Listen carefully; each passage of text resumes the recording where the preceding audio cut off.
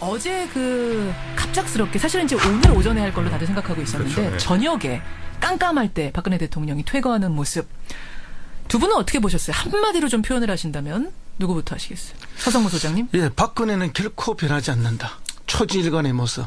한마디로 초지일관. 이준석 위원장. 진짜 딱 떠오르는 느낌이 이쯤 되면 진짜 막 하자는 거지요라는 생각이 들 정도로. 막 하자는 거지요. 그러니까 사실 지지층도 그렇고요. 국민 전반을 어떤 보듬는 어떤 행동과 메시지가 나올 것을 기대했지만은 그렇게 되지 않았죠. 네, 오히려 정치적 주장이 강화된 메시지가 나왔죠. 그러게요. 네, 그러니까 이게 참 상황 인식의 문제인 것인지 아니면 상황 인식을 하고 그래서 뭐랄까요? 해법의 문제를 이렇게 갖고 있는 건지 모르겠지만은 뭐 예측할 수 있는 범위를 넘어섰습니다. 예측의 범위를 넘어섰다. 예. 초지일관 이라고 하신 건 허 소장님 왜 그러신 거예요? 그렇죠. 박근혜 대통령은 언제나 이 세상을 자기 중심으로만 생각하는 사람. 예. 남을 배려하지 않는 사람. 예. 흔히 우리가 이런 걸 천동설주의자라고 그러죠. 결코 변하는 사람이 아니에요. 그리고 우리가 다른 말로 혹시나 했는데 역시나. 그런 표현이죠. 예. 너무나 실망스러운 모습이에요. 실망하셨어요. 지금 청취자 문자도 사실은 그렇습니다. 한 분이요 이런 문자 주셨더라고요. 사실은 이제 탄핵이 되고 나서 좀 안타깝다는 생각을 하셨대요. 아까 어떤 문자였더라.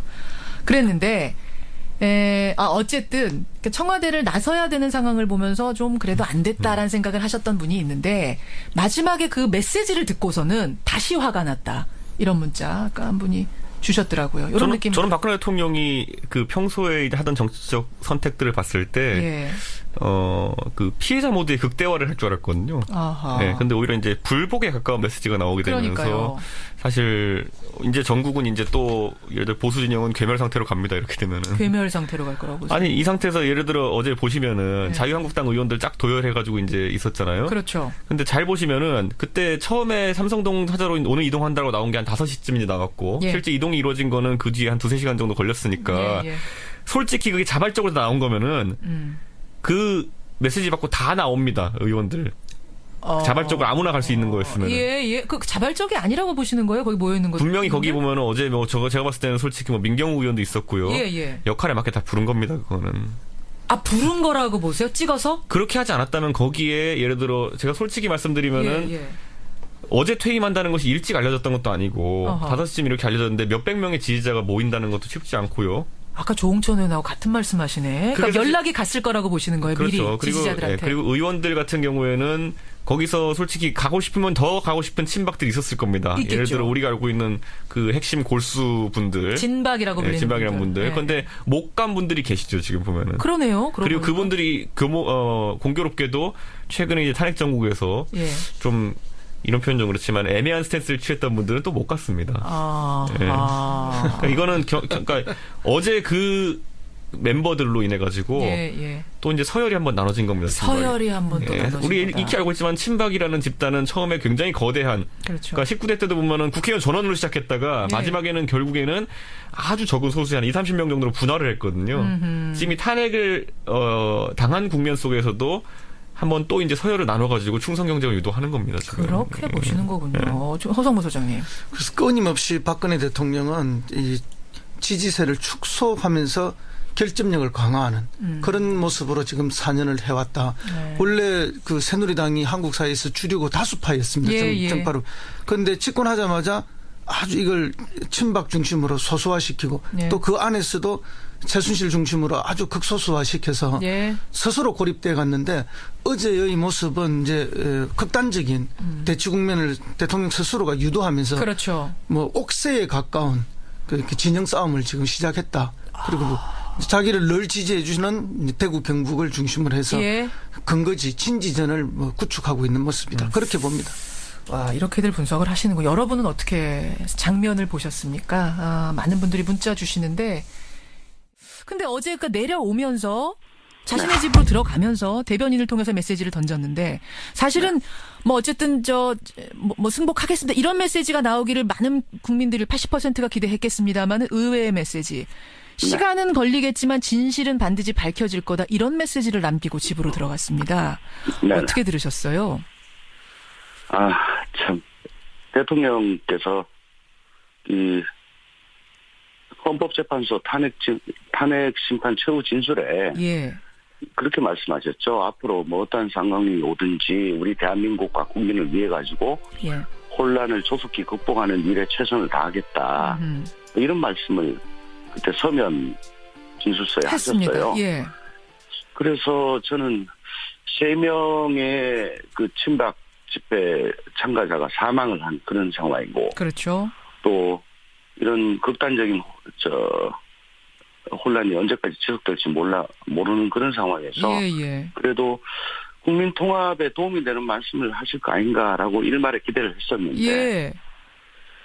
참, 많이 놀랐습니다. 놀라셨어요. 예. 아마 저 자신의 지지자들에 대해서 감사하다. 그러니까 전체 국민이 아니고요. 믿고 따라준 국민들한테 감사하다. 지지자들에게 감사하다. 예, 감사하다 하셨고, 또 시간 걸리겠지만 진실은 밝혀진다. 예. 이거는 삼성동 사저를 진지로 해서 끝까지 농성하고 투쟁하겠다. 또 검찰 수사에 적극적으로 응할 의사가 없다. 하하. 그러니까 지지층의 결집과 골기를 촉구하는 걸로밖에 이해를 할 수가 없습니다. 지지자 3명이 사망했고 혼란 상황이 계속되는데 오히려 그것을 부추기고 더 불복의 상황을 이어가달라라는 메시지처럼 들리셔서 우려스러우셨습니까? 네네. 그 왜냐하면은 어저께 사실 박 전 대통령이 퇴거를 한다는 소식이 언론을 통해서 전해진 거는 오후 늦게였습니다. 그렇죠. 예. 근데 수백 명의 지지자들이 아침부터 그 사저 앞에서 태극기를 들고 어떻게 보면 박 전 대통령의 사저 귀환을 기다리는 듯한 그런 모습을 계속 나왔어요. 예. 그러니까 언론도 모르는 그런 연락을 받고 지지자들이 거기서 대기를 한 것 아닌가. 네네. 정말 언론도 몰랐거든요. 언론도 네네. 몰랐는데 지지자들은 뭔가 연락을 받고 대기를 한 게 아닌가? 네네. 그 말씀은 그럼 어떻게 해석하시는 거예요? 그러니까 어버이 연합을 지원하고 한 걸로 의심을 받는 예.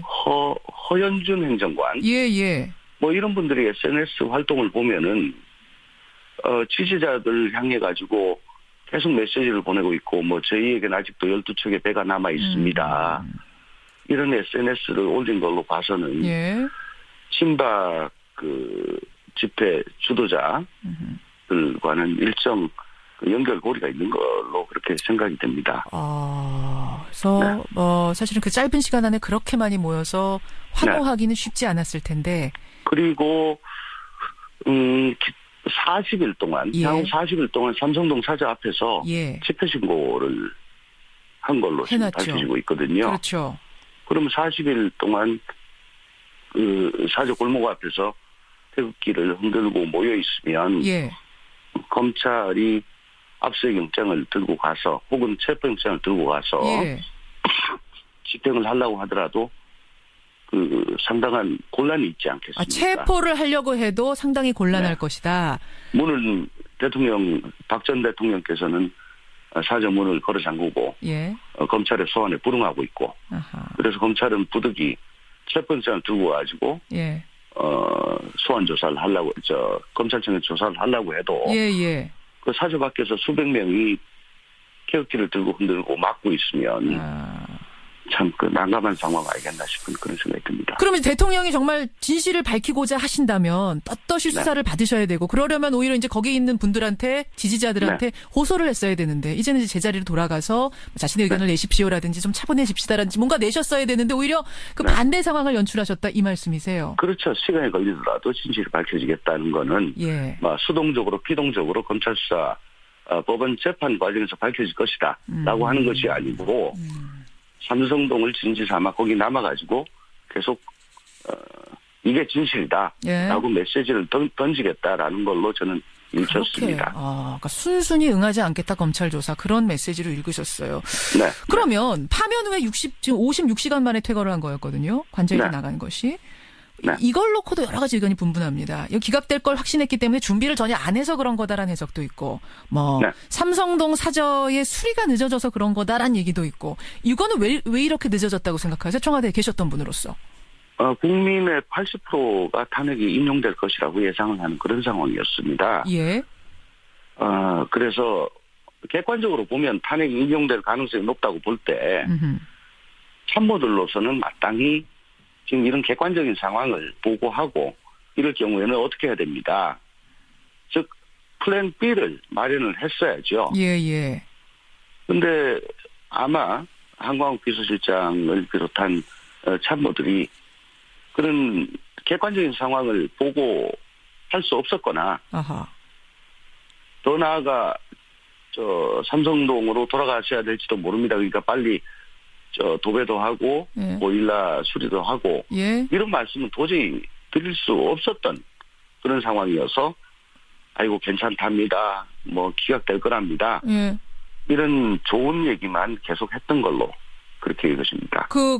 아까 벌거벗은 임금리란 표현 쓰셨는데 결국은 네. 누군가 그 얘기를 제대로 해줘야 되는데 그걸 용감하게 용기 있게 할 사람이 없었단 말씀이세요? 청와대 아무도 없었단 말씀이세요? 예, 4년 내내 그랬고요. 청와대뿐만 아니고 내각도 그랬습니다. 지금도 그럴 거고요. 어허. 그래서 제가 벌거벗은 임금님이라고 말씀을 드린 겁니다. 벌거벗은 임금님을 보고 지금 벗으셨어요. 빨리 옷 입으셔야 됩니다라고 자신 있게 말할 사실을 네. 말해줄 사람이 그렇게 하나도 없습니까? 예, 그렇습니다. 이 정부는 그걸 얘기하면 영린에 걸려가지고 예. 국힘문란 사범이 되거나 뭐 한직으로 밀려나거나 예. 그렇게 불이익을 받습니다. 그렇군요.